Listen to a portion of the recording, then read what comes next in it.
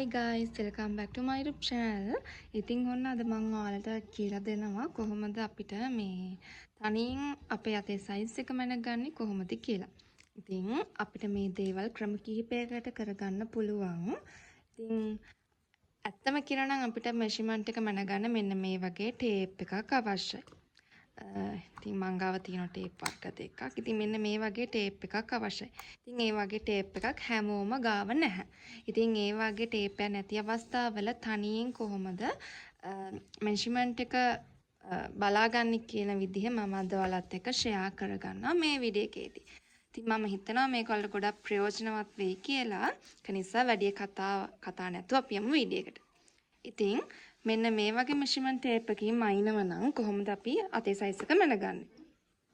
ඉතින් මේ තියෙන මගේ අත. ඉතින් මෙන්න මේ වගේ ටේප් එකකින් තනියෙන් මැනගන්නවා නම් ඉතින් මේක නම් ඉතින් කියන්න දෙයක් නැහැ නේ. දන්නවනේ මැනගන්න ඉතින්. ඉතින් චුට්ටක් අපහසුම තනියෙන් කරගන්න නිසා ඉතින් ටේප් එක මෙන්න මේ විදිහට තියලා මෙන්න මෙහෙම දැන් මෙහෙම තමයි දැන් මේකෙන් බැලුවොත් මගේ අඟල් 6ක් වගේ තමයි තියෙන්නේ. හරිද? දැන් මේ ටේප් එක මයිනර් දේ නෙමෙයි ඔයගොල්ලෝ දැනගන්න ඕනේ. මේ ටේප් එකක් නැති කෙනෙක්ට කොහොමද බලාගන්නේ කියන එකනේ අවශ්‍ය. ඉතින් අපි එහෙනම් බලමු ඒක කොහොමද කරන්නේ කියලා. එතකොට මේ දේ දැන් මේ වගේ මෙෂර්මන්ට් මයිනර් ටේප් එකක් නැති කෙනෙක්ට ක්‍රම දෙකක් තියෙනවා. තමන් තනියෙන් කොහොමද මෙෂර්මන්ට් එක ලබාගන්නේ කියන දේ හොයාගන්න. මම හිතනවා මම කියන දේ වලට පැහැදිලි ඇති කියලා. ඉතින් ඒකෙදි දැන් ඔයාලට පේන ඇති මං ගාව මේ නූල් පඳු කිහිපයක්ම තියෙනවා. මේ තියෙන නූල් මේවා මේ මහන්න ගනි නූල්. දැන් ඉතින් මේ නූල් කැලක් මම අවශ්‍ය නැහැ මොකක් හරි මේ මම හිතන මේ කලේ කොල්ල පේනවා ඇති කියලා මම අද මේක පාවිච්චි කරනවා. ඉතින් මට නූල් අවශ්‍යයි ඕනම කල එකක් වලට පාවිච්චි කරන්න පුළුවන්. ඒ වගේම තමයි දැන් මේ වගේ ටේප් එකක් නැහැනේ. මෙන්න මේ වගේ ටේප් නැහැ ඔයාලා ගාව. හරිද? නැති නිසා ඔයාලට අවශ්‍ය වෙනවා මෙන්න මේ වගේ රූල් එකක්. ඉතින් මේ රූල් එකක් හොයාගන්න බැරි වෙන්නේ නැහනේ. හැමෝම ගාව තියෙනවා. ඉතින් මේ තියෙන්නේ මං ගාව තියෙන රූල් එක. ඉතින් ඒකෙත් මෙන්න මේ පැත්තේ තියෙනවා සෙන්ටිමීටර්ස් වලින් මේ පැත්තේ තියෙනවා අඟල් වලින්. හරිද? දැන් මම අද සෙන්ටිමීටර්ස් වලින් බලන්න කියන්න දෙන්නම්. කොහොම හරි මේ වගේ අඩි කෝදුවක් අවශ්‍යයි. ඉතින් මේ සම්පූර්ණ දිග අඩි රූලක් අවශ්‍ය නැහැ. අර පොඩි අඩි රූලක් තියෙන්නේ. ඒකින් උනත් බලා ගන්න පුළුවන්. හරිද? දැන් මට අඩි කෝදුවක් අවශ්‍ය වෙනවා. නූල් පන්දුවක් අවශ්‍ය වෙනවා. නූල් පන්දුවේ අපි නූල් කොටසක් කපා ගන්න ඕන අපේ අතේ ප්‍රමාණයට. හරිද? මේ මගේ අත.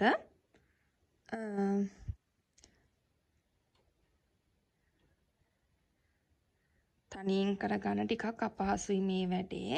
ඉතින් ඔයාලා මෙෂර්මන්ට් එක ලබා ගද්දි ගෙදර කෙනෙක්ගේ උදව්වක් ගන්න මෙන්න මේ වගේ මේව කරගන්න. දැන් මගේ මෙතනට වගේ තියෙනවා. දැන් බලන්න මෙන්න මෙහෙම. හරිද? ඊට පස්සේ නූල් කෑල්ල මම මෙහෙම කපා ගන්නවා. හරි. දැන් අපි බලමු අඟල් වලින් මැනපු ගානමද මේකෙත් එන්නේ කියලා. මේ තියෙන අඩි කෝදුව මේ තියෙන්නේ මම දැන් කපාගත්ත නූල් කොටස. මෙන්න මෙහෙම තියලා.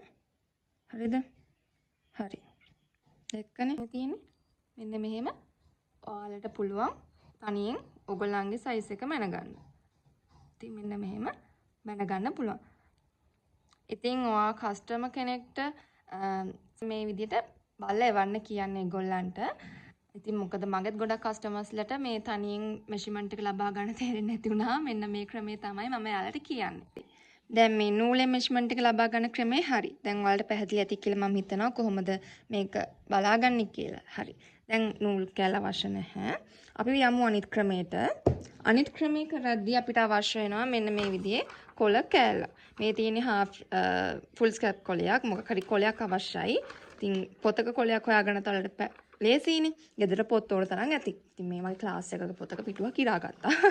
ඉතින් අපි කොළ කෑල්ලක් මෙන්න මේ විදිහට මම කපා ගන්නවා පොඩි තීරුවක්.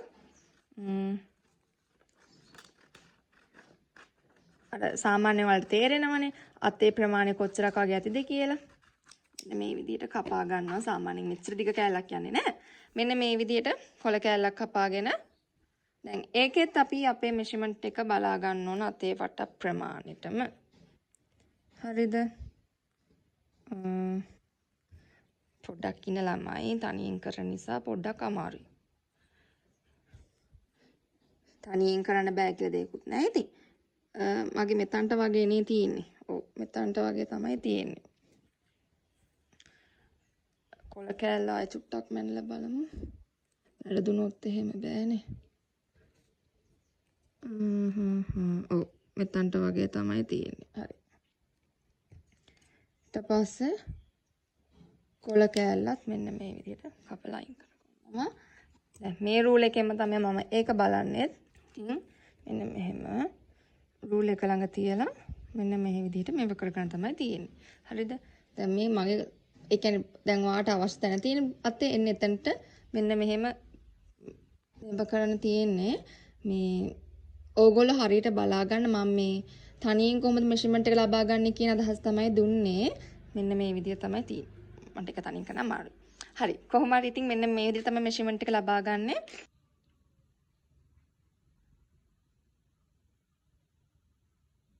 ඉතින් හරිම ලේසි. එක්කෝ කොළ කෑල්ලක් නැත්නම් නූල් පන්දුවක් නැත්නම් මෙන්න මේ වගේ ටේප් එකකින් තමයි ඉතින් තනියෙන් මෙෂර්මන්ට් එක ලබා ගන්න පුළුවන් වෙන්නේ.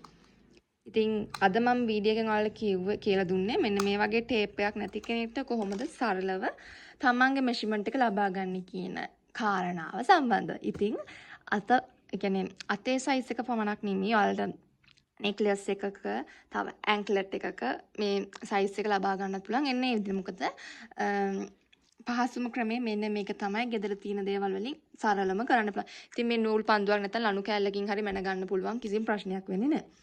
අඩු රූලක් විතරයි අවශ්‍ය වෙන්නේ. තව දෙයක් කියනවා නම් මේ වගේ අඩු රූලක් විතරක් නෙමෙයි මං ගාව මෙන්න මේ වගේ අඩු රූලකුත් තියෙනවා. ඉතින් ඒ වගේ ඒවා ඉතින් හැමෝටම නෑනේ. ඉතින් අර තියෙන දේවල් වලින් කොහොමද තනියෙන් කරගන්නේ කියන දේ තමයි මම අද වීඩියෝ එකකින් කියලා දුන්නේ. වීඩියෝ එක තේරෙන්නේ නැති කියලා මම හිතනවා. පැහැදිලි තැනක් තිබ්බොත් මට කමෙන්ට් එකකින් කියන්න නැත්නම් මට මැසේජ් එකක් දාන්න. හැබැයි ඉතින් මේ වීඩියෝ එක හරිය පැහැදිලිව මම තනියෙන් කර පෙන්න ඔයගොල්ලන්ට කොහොමද මෙෂර්මන්ට් එක ලබා ගන්න කියලා. ඉතින් අර තනියෙන් මම මේක කරපු නිසා චුට්ටක් අපහැදිලි ඇති. ඒක නිසා ඔයා ගෙදර කෙනෙක්ගෙන් උදව්ව ලබා ගන්න කොහොමද මේ නූල් කෑල්ල කපා ගන්න මෙෂර්මන්ට් එක සයිස් එකට. මේ ඉතින් අද වීඩියෝ එක මෙච්චරයි. මම හිතනවා ඔයගලන්ට ගොඩක් පැහැදිලි වෙන්න ඇති කියලා අද වීඩියෝ එක. ඉතින් මේ වගේ වැදගත් දෙයකින් වැදගත් වීඩියෝ එකකින් හම්බ වෙනකන් අදට ගිහින් එන්නම්. Thanks for watching. Bye bye.